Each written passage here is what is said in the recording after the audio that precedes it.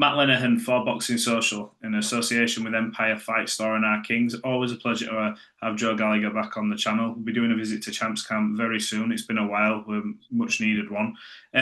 Joe, how's things anyway? I know we spoke a little bit off camera, but there are a lot of people obviously inquiring and showing you full support with obviously your ongoing health situation. But good to see you ring the bell the other day. Really pleasing, mate. Yeah, that was just to finish off the chemo treatment that I've been having, and I was surprised they asked me to ring the bell. But what they're trying to do is now is like, listen, that's a stage that you've done. Now you're on to the next stage. So yeah, that's like 4 cycles of chemo, and yeah, just like flying at the moment. Obviously, I'm going to go under the knife in a couple of weeks. We've got some scans and X-rays to do. But I'm going to just say, Matt, when I did this, I did want to make it about men's awareness, and I still want people to go and check themselves. But I've had 3, 4 people message me about that they heard my story and went and got checked, and one's found a tumour the size of a golf ball, someone else's finger, and yeah, it was all worthwhile. So please go out there, get checked, get scanned, Mhm. take a stool sample, whatever. But please, yeah, just don't think there's nothing wrong with you. Listen, I didn't either, but please go out and get yourself scanned. But I was really, I won't say pleased to hear that, but pleased that what I've said and put out there has resonated with a few people that decided to get up and go and get checked. So I'm yeah, pleased with that. So same again, please just go and check yourselves. Absolutely. Even if it has an impact on just one person, it's more than worth Yeah. it. Look, I've just interviewed one of your fighters, in Zelfa Barrett, who has Oh, this. I'd say a lot more energetic than the last time I spoke to him. He seems to have found this sort of new lease of life under yourself, coming off a good stoppage win at the weekend. And just talk to me how pleased you are with him. He's obviously, this, I suppose, one of the latest additions to the gym. You had your first fight together at the weekend, so you had new trainer, new gym, new weight class. How pleased are you with Zelfa and what you saw from him? yeah, I was really pleased when you said there he's full of energy. I'm not surprised because when I was driving past, I said to him, "Oh, I'm sure I've seen you got over my house, still on cloud nine." He's loving it. He went for a run this morning. He wants to get back in the gym. Hopefully, we'll have some good news later. I know he's mithering Steve Woods to ask Eddie Hearn to put him on that Manchester show July the 5th, which would be really good for him to build up some momentum. Um, yeah, listen, I was really pleased. We've done some good work in the gymnasium, but we need time with each other. And I was pleased with how he performed, and at the times when he did have to open up and show his array of skill set and his tools, he did do, and it was a good stoppage win for him against a very durable kid. So I was pleased with it, and like I say, on to the next one. But there was loads of pressure. I did say building up to the fight on the Friday, we went out for something to eat. I said to Marcus and Macaulay, it feels like the old days at the arena. Although we weren't at the arena, we were at Bolton. But the pressure that was on Zelfa and where he is in his career, and 30 odd pro fights, 31 years of age, people writing him off, and him having to leave a gymnasium and moving up a weight division that he's been in since he was the age of 16. It couldn't have gone no better. So yeah, the kid's chomping at the bit, and he's desperate to get in the gym and desperate to get on that Manchester and build a bit of momentum towards him. And if I could get another 2 or 3 fights out of him by the end of the year, we'll be ready for world titles in 2026. Yeah, he says. I mentioned his spirits, and he's a bubbly character himself. And he goes, "Do you know what, Matt?" He says, "When I go to the gym now, and this is amazing because he's 31, I think now, and he's like, my bag's packed the night before, ready. I have to get up, have my coffee, do my wash, whatever. I pick my bag up and I go to the gym, and it's just ready." He says, He's almost find that new lease of life. What's it been like to have in the gym? Obviously mixed in with all the regulars that have been going for such time. He's been a good addition, it seems. Yeah, he is. Obviously, he was nervous at first, and he's always out to try and please me. I've just told him to relax. If you're shit one day, I'll tell you you're shit. And if you're good another day, you're good, and that's it. And the kids in and around the gymnasium, we've got a lot of hungry lions in and around. Obviously, Mohammed Ali Kell, Clark Smith, Mikey Talon, Huey Malone, Joe Cooper, next generation kids that are hungry and are looking up to him. And he's got a point to prove himself. So it's been very good having him in the gym. I found out last week he's an excellent talker. I was really pleased with the work that Steve Woods VIP and everybody at 1111 Management, the little documentaries they did on him and put him out there, and to tell the Zelfa story of him losing his brother years ago and his mum, and boxing under his uncle Pat, who was a phenomenal fighter in his day, and all them things that he's had to deal with, and he seems to have come through it now, and like I say, new lease of life, and he wants to go out there, the clock's ticking, and make the best of it and become a world champion. I did say to him, we're not ready for that yet, but what we can be doing in the meantime is keeping him active and keeping busy. And I'd like to have him out July, like I said, to September, December, and ready to go. Do you know what I mean? That would have been 4 fights this year, and it's building up some momentum. And like all top sports stars, whether you're Tiger Woods, Haaland, when you're hot, you're hot. But when you're cold, you're cold. And Zelfa at the moment is warm. Then we've got to make him very warm. Then we've got to make him hot. And then we've got to make him very hot and build that momentum that when he does get the opportunity for these titles and these fights, that he's in red hot form. We've just seen recently Josh Taylor lose and a bit of an activity there. And obviously Zelfa losing to Jazza. Didn't really have him fight for a year. And this kid, as you see now, he's bouncing. He's got a bit of swagger about him, got a smile about him. I want to build on that. I want to build his profile, build his reputation, and build that name Zelfa up. And I genuinely do believe we can get them nights back at the arena. He can. I always wondered why he never picked the baton up off Crawler, Quigan, Terry Flanagan, him and Lyndon Arthur, because they both have the capabilities to do that. I'm not saying Zelfa does 20,000 at the arena, but neither did Crawler. But they can do 8, 9, 10,000 and good undercards and bring the next generation through, like your Pat Browns, Rihanna Dixons, Moorcrafts, all them kids will undercard in the same way that Quigg and Crawler did at the time when Jack Massey was under the card, Charlie Schofield, Josh Holmes, Josh Warrington. I do feel we need that bit of a headline act in Manchester, and if we can get a couple of wins for Zelfa, build momentum, and then start putting him into some type of title fights and build him up. But listen, that's down to his manager, Steve Woods, and he's got to go out and speak to Eddie Hearn and hopefully have some good news. But as a coach, I feel I need, say, 3 or 4 fights, and he'll be ready in his development, in his S&C, in his skill set, his temperament, and we'll be ready to go. I don't want a quick win and we're thrown in, because we've just got to undo all the hard work. Time's on our side for a bit, and as young bull, old bull, let's like slowly get there. And when we get there and get the opportunity, we'll be able to grab it with both hands. Absolutely. Looking forward to see Zelfa on this next run anyway. It's always been good to talk to, and he's a talent, so it'll be an interesting run. Obviously, aside from your fights at the weekend, by the way, 2 cracking fights. We had someone covering down in Ipswich. I was in Barnsley. We saw Fabio Wardley, who looked like, I don't know what you've seen of it or if you watched the fight back, but he looked like he was losing the majority of the fight, and then all of a sudden, one punch in the 10th round changed the whole outcome of the fight. Astonishing rise from white collar all the way to a WBA interim world title, isn't it? I haven't watched the fight. What I did see, what you see in your socials quickly, I seen obviously Wardley walking him onto a right hand, put him down, and that was it. Then I seen the chaos of the ringside scenes, everyone jumping around, hugging each other, and then I've just seen people saying the ref did it count too quick or pulled him out at 9 when he could have been able to carry on. So I've just seen bits that I've not watched at all, but from what I read and what I've seen, up to now, he was well behind on the scorecards and he pulled it out. But that's Fabio Wardley. He's a young kid on the block. He's made massive strides in a short period of time to where he's got.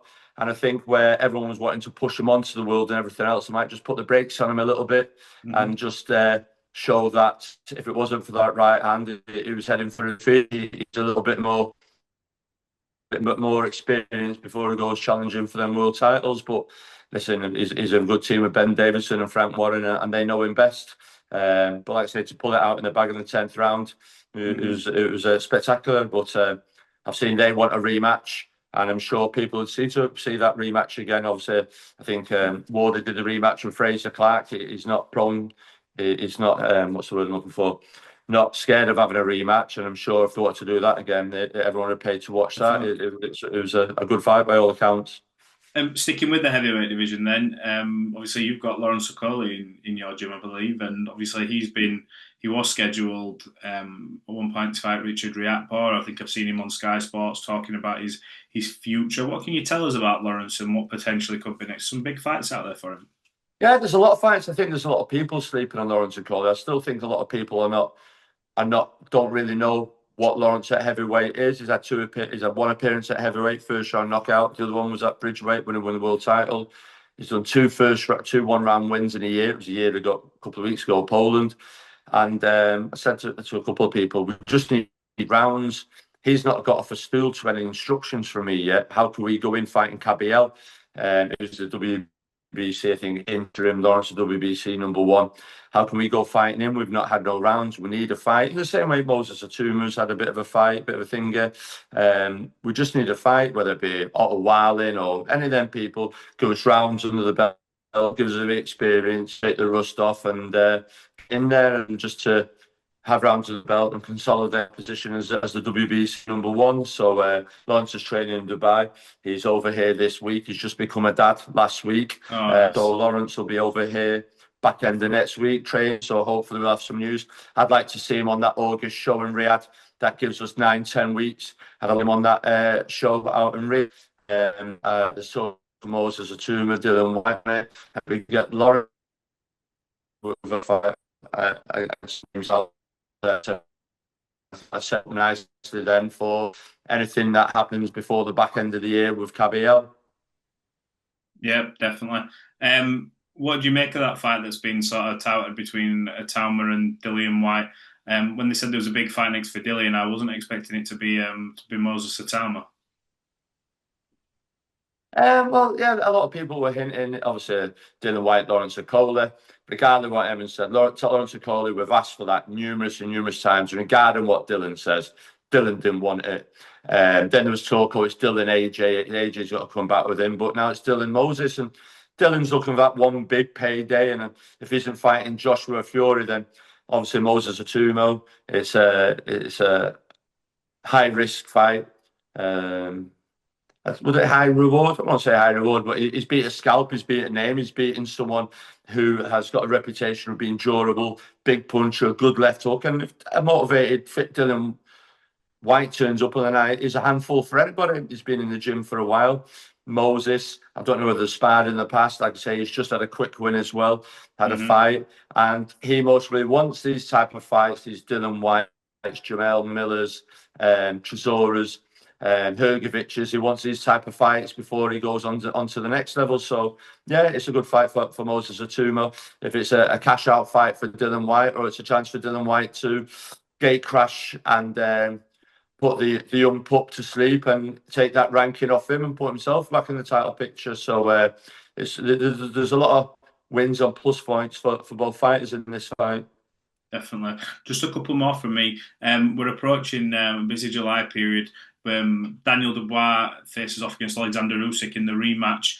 Since the last fight, Daniel's obviously had this sort of period, a very successful period.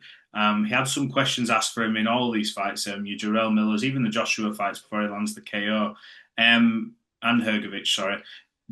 The fight with Usyk, do you give Daniel more of a chance this time round than you did in the first fight? Yeah, of course, because obviously Usyk was in hot form then, a little bit younger. Daniel had boxed and everything else, a huge opportunity for him.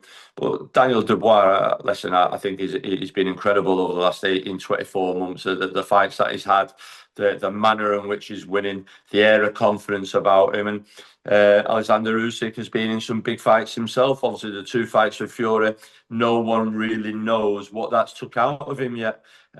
People also don't realise how old he is. Oleksandr Usyk, he's the eldest out of all the heavyweights out there, I think, at the moment. So for Daniel, you've got the young gun and the old gun, and the saying is always a good young one beats a good old one. Can Daniel win? Yes, he can. Can Usyk win? Yes, he can. Daniel had success last time, but I just think Usyk's boxing, his mindset, his skill set, keeping you thinking, keeping you switched on, mentally drains a lot of fighters. And as you've seen with Fury, he caught him in round 9-10. Daniel Dubois, I think he stopped him in round 9, some of the ends, because they're mentally drained by the time they get there. And I feel that this is the same thing with the same he did with Joshua.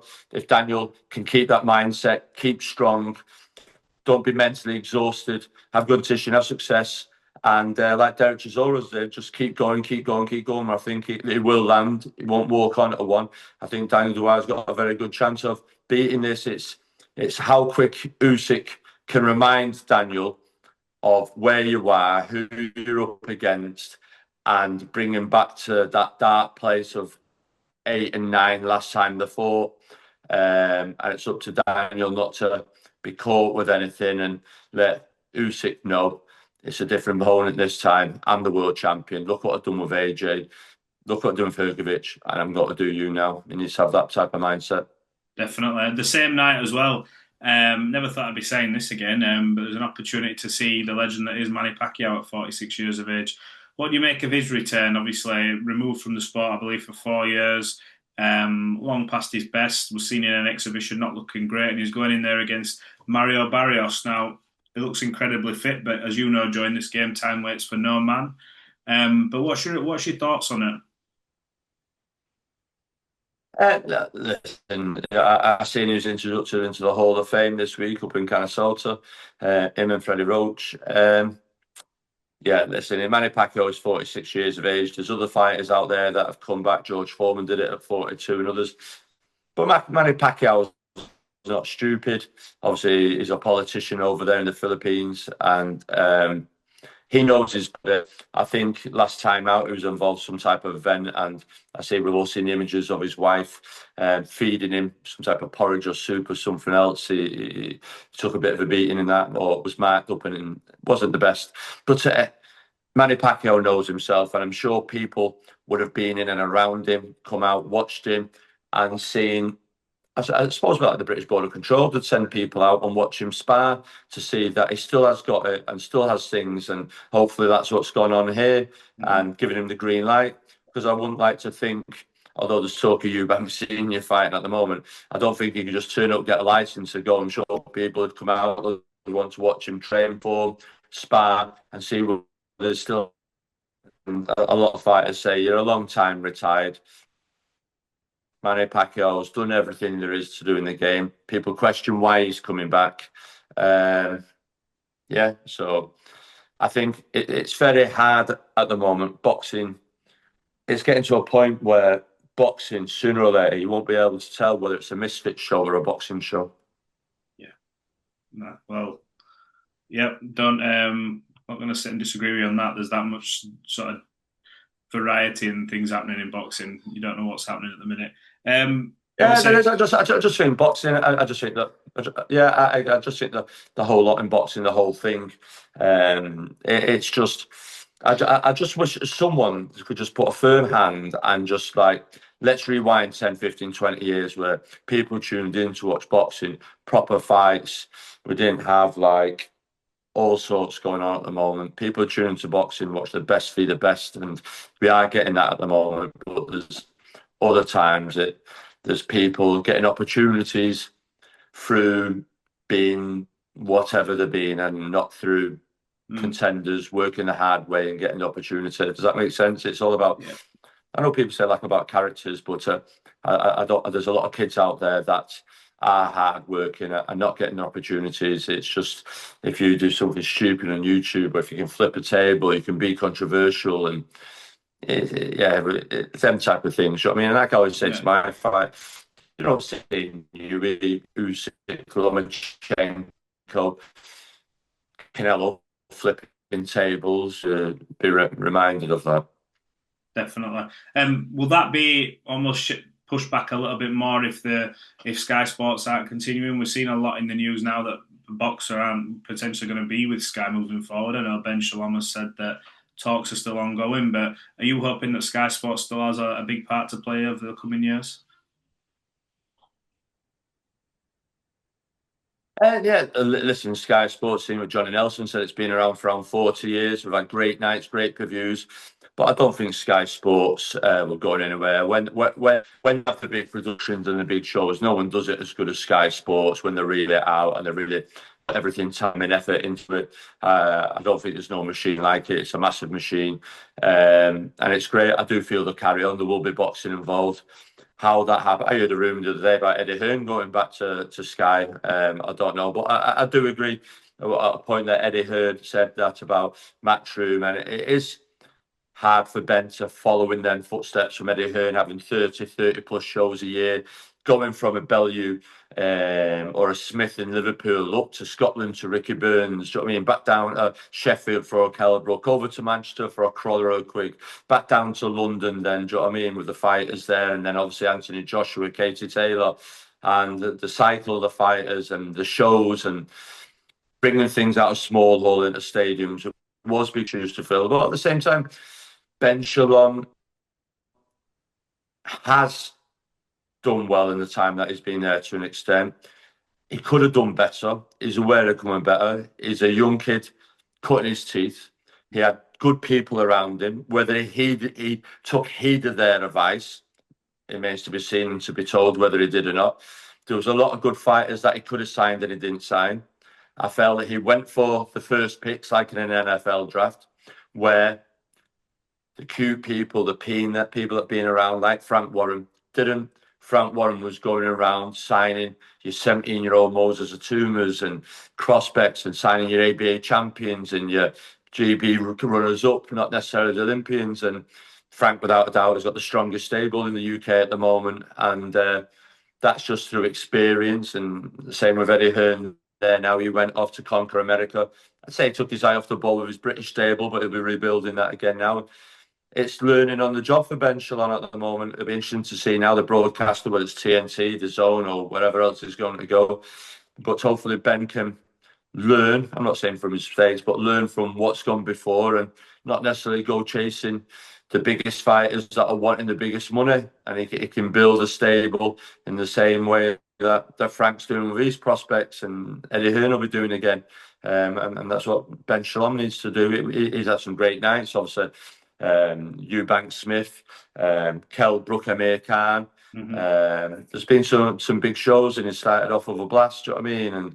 And he's done well with Natasha Jonas and it's like I say, he's learning on the job, and I'm sure Ben in 20-30 years time will be more experienced with it, but he's just got to stick with it. And I'd much would say just listen to a little bit more to experienced people in and around him that have been in the game a very long time. Yeah, absolutely. It's going to be interesting to see how that all develops and whenever the announcement gets made. But we'll see. We'll see what happens. Joe, appreciate you giving us some of your time. Always good chatting to you, bud. And I'll be up to the gym in the next couple of weeks, and we'll get a bit more done and get some of the fighters back on the channel. Brilliant. All right, Matt. Thank you very much, my friend. Appreciate your time, Joe.